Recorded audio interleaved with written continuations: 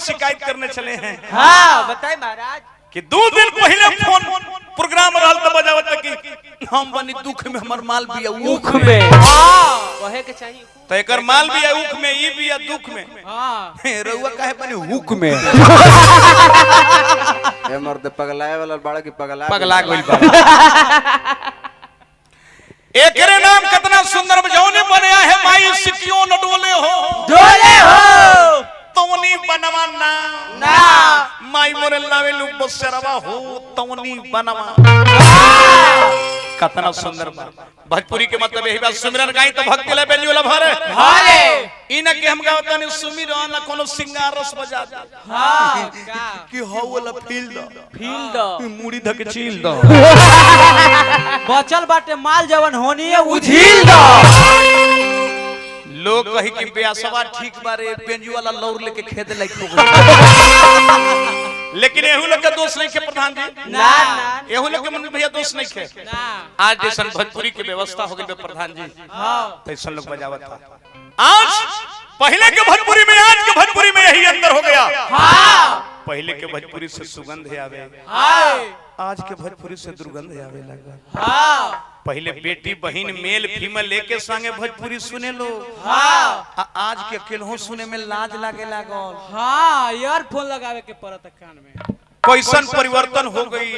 ई भारत के धरती के एक समय सोना के चिड़िया से नवाजल जात रहे। हां आज पीतर के चिड़िया कहे में लाज लागे लगे। हां हाय रे दैवा ई सोनवा के देश रे कहां गइले गीता गांधी जी के उपदेश रे हाय रे दैवा ई सोनवा के देश रे खोजला पकत ही मिली बाइबिल पुराण में हमरा देश के आदमी छोड़ी पंछियों रहे ज्ञान में काग भुसुंडी कैसन रहले खगेश रे। ए बाबू काग भुसुंडी कैसन रहले खगेश रे हाय रे दैवा ई सोनवा के देश रे।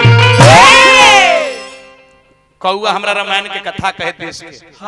हमारी देशों में बड़ी नालंदा मेरा मगध में नालंदा यूनिवर्सिटी जहाँ विदेशी लोग पढ़ने आते थे। मैंने शौक से देखने गया एक दिन खंडहर बन चुका है। हाँ ये महाराज में तो कूदा कूदी के बच्चा खेला था। हमारी देशवा में बड़ी हुए नालंदा आज कहे बुधिया में लाग गई फांदा देखो डिग्री खाती लोग जाता विदेश रे हाय रे दैवा ई सोनवा के देश रे। लेकिन आज क्या हो गइल बा खान हो जा मेघा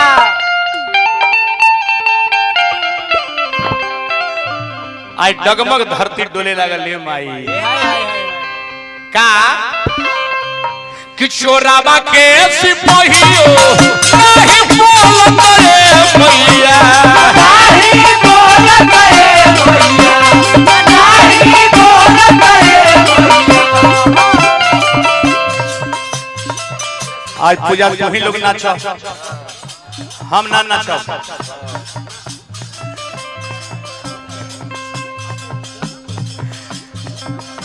चोरावा के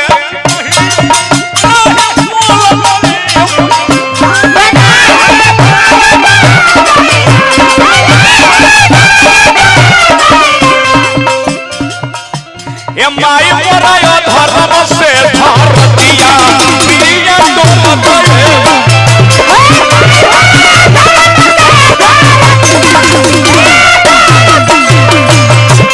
माई मोरायो धर्म से धरतिया प्रिय डोलत रे भैया।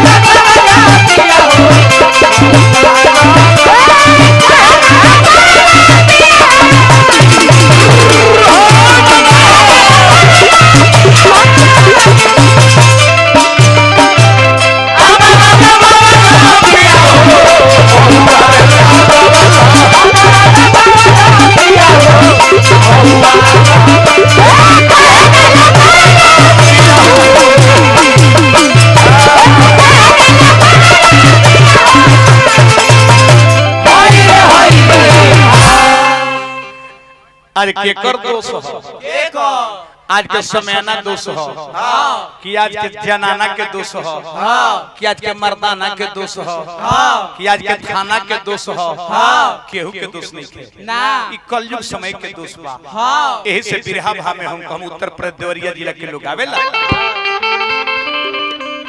कि कलयुग कइले बा आर चढ़ाई माई बत्तिया आ कहलो न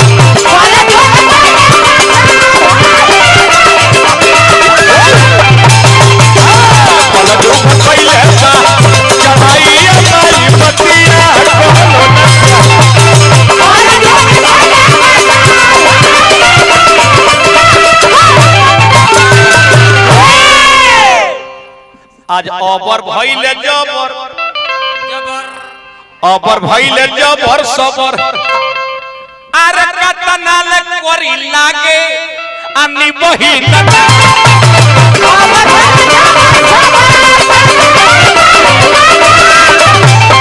अबर भइले जबर सबर कतना ले कोरी लागे अनि बही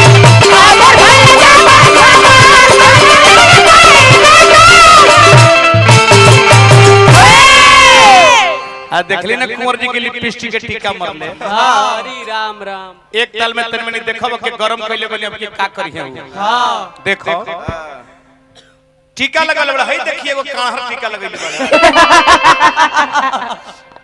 आज टीकवे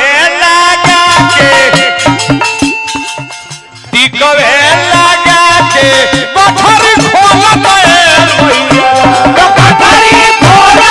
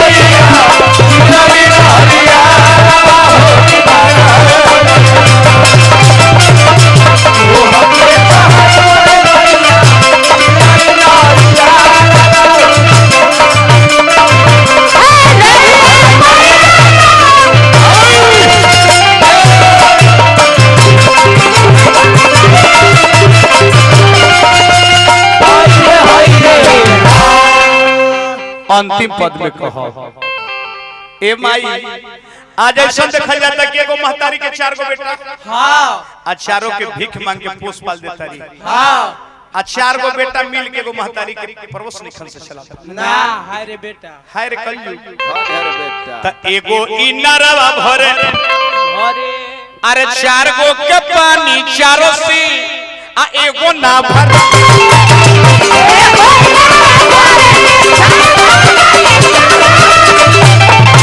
एगो इनरवा भरे 4 गो के पानी चारों से एगो ना भर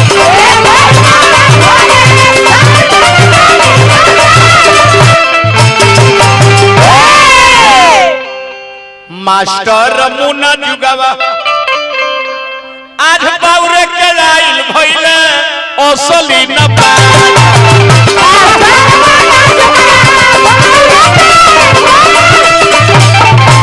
मास्टर मुना जुगावा बाउरे के आइल भइले असली न पा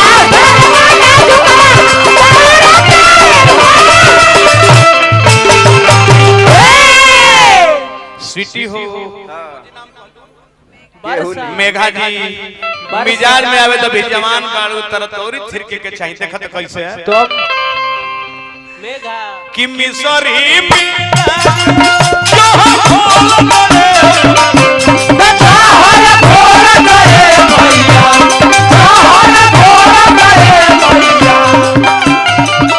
मिसरी